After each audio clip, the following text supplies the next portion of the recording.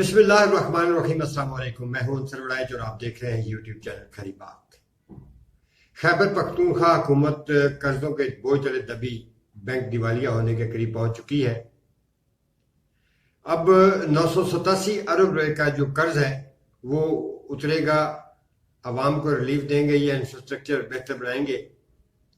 इन सारी खबरों की तफसीलात आपके साथ शेयर करने से कबल मेरी आपसे गुजारिश है कि अगर आपने अभी तक हमारे चैनल को सब्सक्राइब नहीं किया तो बराए मेहरबानी सबसे पहले सब्सक्राइब का बटन प्रेस कर दीजिए, क्योंकि हमें आपकी सपोर्ट की बहुत बहुत बहुत ज़रूरत है।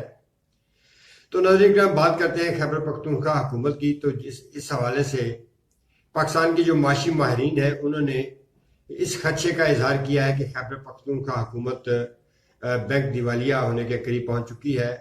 उसकी वजह यह बताई गई है कि इस वक्त जो खैबर पख्तूनख्वा हुकूमत है उसके ऊपर 987 अरब रुपए का एक बोझ है, कर्ज का बोझ है, जिसको उतारने के लिए इतनी गुंजाइश नहीं है खैबर पख्तूनख्वा हुकूमत के खजाने में, ताकि क्योंकि खजाना तकरीबन खाली हो चुका है और गुजारा किया जा रहा है। अब खैबर पख्तूनख्वा हुकूमत का खजाना खाली होने का शिकवा पाकिस्तान तहरीक इंसाफ के अरबाब इख्तियार किसी और पर तो नहीं लगा सकते, क्योंकि गुज़श्ता 10 साल से वो केपी में अपनी हुकूमत चला रहे हैं। परवेज़ खटक ने किस तरह हुकूमत चलाई वो भी अवाम के सामने है। फिर महमूद खान साहब आए, उन्होंने किस तरह हुकूमत चलाई वो भी आपके सामने है। और अब अली अमीन गंडापुर साहब तशरीफ लाए हैं, वो क्या करते हैं, उनकी तरजीहात तो बड़ी वाज़ेह हो चुकी हैं, क्योंकि उन्होंने वज़ीर आला मुंतखब होते ही जो तकरीर फरमाई थी उसके लिए। लेकिन मेरे वर्कर, मेरी खवातीन, मेरी लीडरशिप के ऊपर जो गैर कानूनी FIR, विक्टिमाइजेशन, इंतकामी कार्रवाई के लिए काटी गई हैं, पहले तो मैं अपने सूबे को पैगाम दे रहा हूं निहायत यादगी के साथ, एक हफ्ते के अंदर जिसका सबूत नहीं है आपके पास, जिस FIR का, वो FIR खत्म होनी चाहिए, चाहे जिस वर्कर के खिलाफ है, चाहे किसी के खिलाफ है।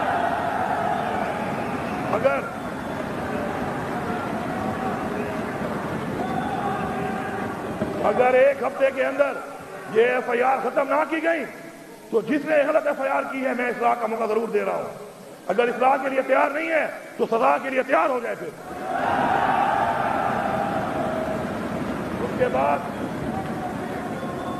उसके बाद मैं ये डिमांड करता हूं, हमारे लीडर इमरान खान ने डिमांड की है कि आप 9 मई की जुडिशियल इंक्वायरी कराएं। हम उसके लिए हाजिर हैं, बार बार डिमांड कर रहे हैं।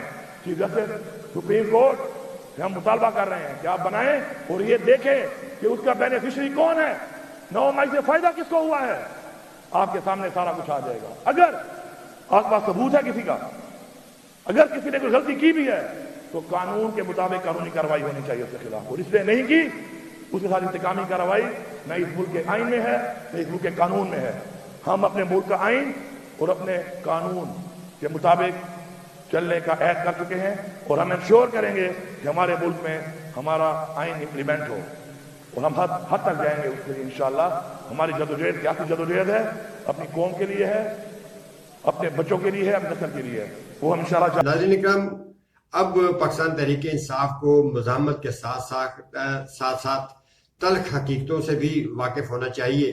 जो ग्राउंड रियलिटीज़ हैं उसके मुताबिक तो खैबर पख्तूनख्वा हुकूमत अब इस काबिल नहीं कि वो अपने अवाम को रिलीफ दे सकें, महंगाई का खात्मा कर सकें या कोई बेहतर प्रोजेक्ट्स लगा सकें, क्योंकि खजाना बिल्कुल खाली है। और वफाक की तरफ से जो NFC अवार्ड मिलता है, अगर खुदा न खास्ता वज़ीर-ए-आज़म पाकिस्तान मियां शहबाज शरीफ उस NFC अवार्ड में कुछ कट लगा देते हैं और पाकिस्तान तहरीक इंसाफ को वो की हुकूमत को वो फंड नहीं मिलते जो वो तवक्को लगाए बैठे हैं, तो फिर क्या बनेगा। तो अली अमीन गंडापुर की जो तरजीहात हैं वो तो हमारी समझ से बालातर है, वो किसी भी सियासतदान की समझ से बालातर होंगी। आवाम के हवाले से जो एक आम सोशल मीडिया पर बात की जाती है कि 10 साल पाकिस्तान तहरीक इंसाफ ने केपी में हुकूमत की और वो खैबर पख्तूनख्वा के अवाम जो है वो इतने खुशहाल हैं कि वो वोट तो पाकिस्तान तहरीक इंसाफ को देते हैं, लेकिन अपना कारोबार करने के लिए गुजरेवाला, लाहौर, इस्लामाबाद और दीगर बड़े शहरों का रुख करते हैं, क्योंकि केपी में इतने वसाइल नहीं है कि वो अपने कारोबार का आगाज कर सके। तो ये नाअहली पाकिस्तान तहरीक इंसाफ के खाते में जाएगी और पाकिस्तान तहरीक इंसाफ ही इसकी जिम्मेदार होगी।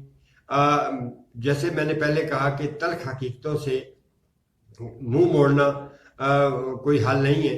अब इनको इन तल्ख हकीकतों का सामना करना पड़ेगा और आवाम को रिलीफ देना होगी, वरना हो सकता है कि ये लास्ट टेन्योर हो इनका केपी में, क्योंकि अली अमीन गंडापुर की जो तरजीहात है उससे साफ ये जाहिर हो रहा है कि अब हालात चलने वाले नहीं है। अब सिर्फ जंग होगी, रौला होगा, शोर होगा और शऊर को कहीं दफन कर दिया जाएगा।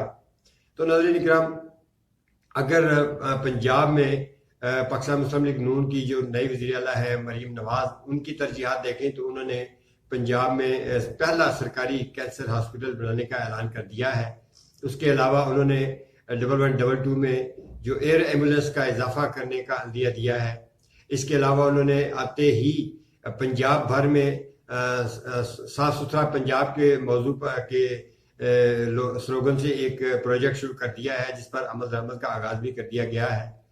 तो ये जो बड़ी वाज़ेह तरजीहात नजर आती हैं केपी में और पंजाब में, तो अब सूरत हाल कैसे क्लियर होगी ये तो वक्त बताएगा। लेकिन पाकिस्तान तहरीक इंसाफ को मेरी तजवीज़ ये है कि वो जंग भी करे, मज़ाहमत भी करे, लेकिन जो अपनी तरजीहात है उसको भी इसकी एक प्रायोरिटी लिस्ट बनाए, ताकि आवाम को भी रिलीफ मिल सके और आपको भी आवाम की अदालत में जाने से कोई ख़तरा ना हो।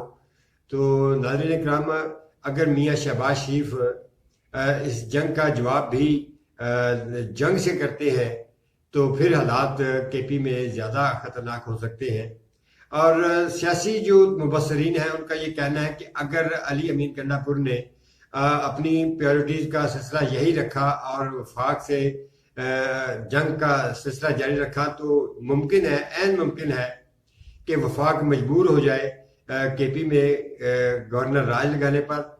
और अगर गवर्नर राज लग गया तो फिर केपी हुकूमत जो है वो चीखती चिल्लाती रहेगी, शोर करती रहेगी, रौला डालती रहेगी, तो फिर कुछ नहीं होगा, क्योंकि वफाक ने अपना काम करना है। और वफाक उस वक्त काम करती है जब चारों इकाइयाँ उसके साथ कदम से कदम मिलाकर चलती हैं।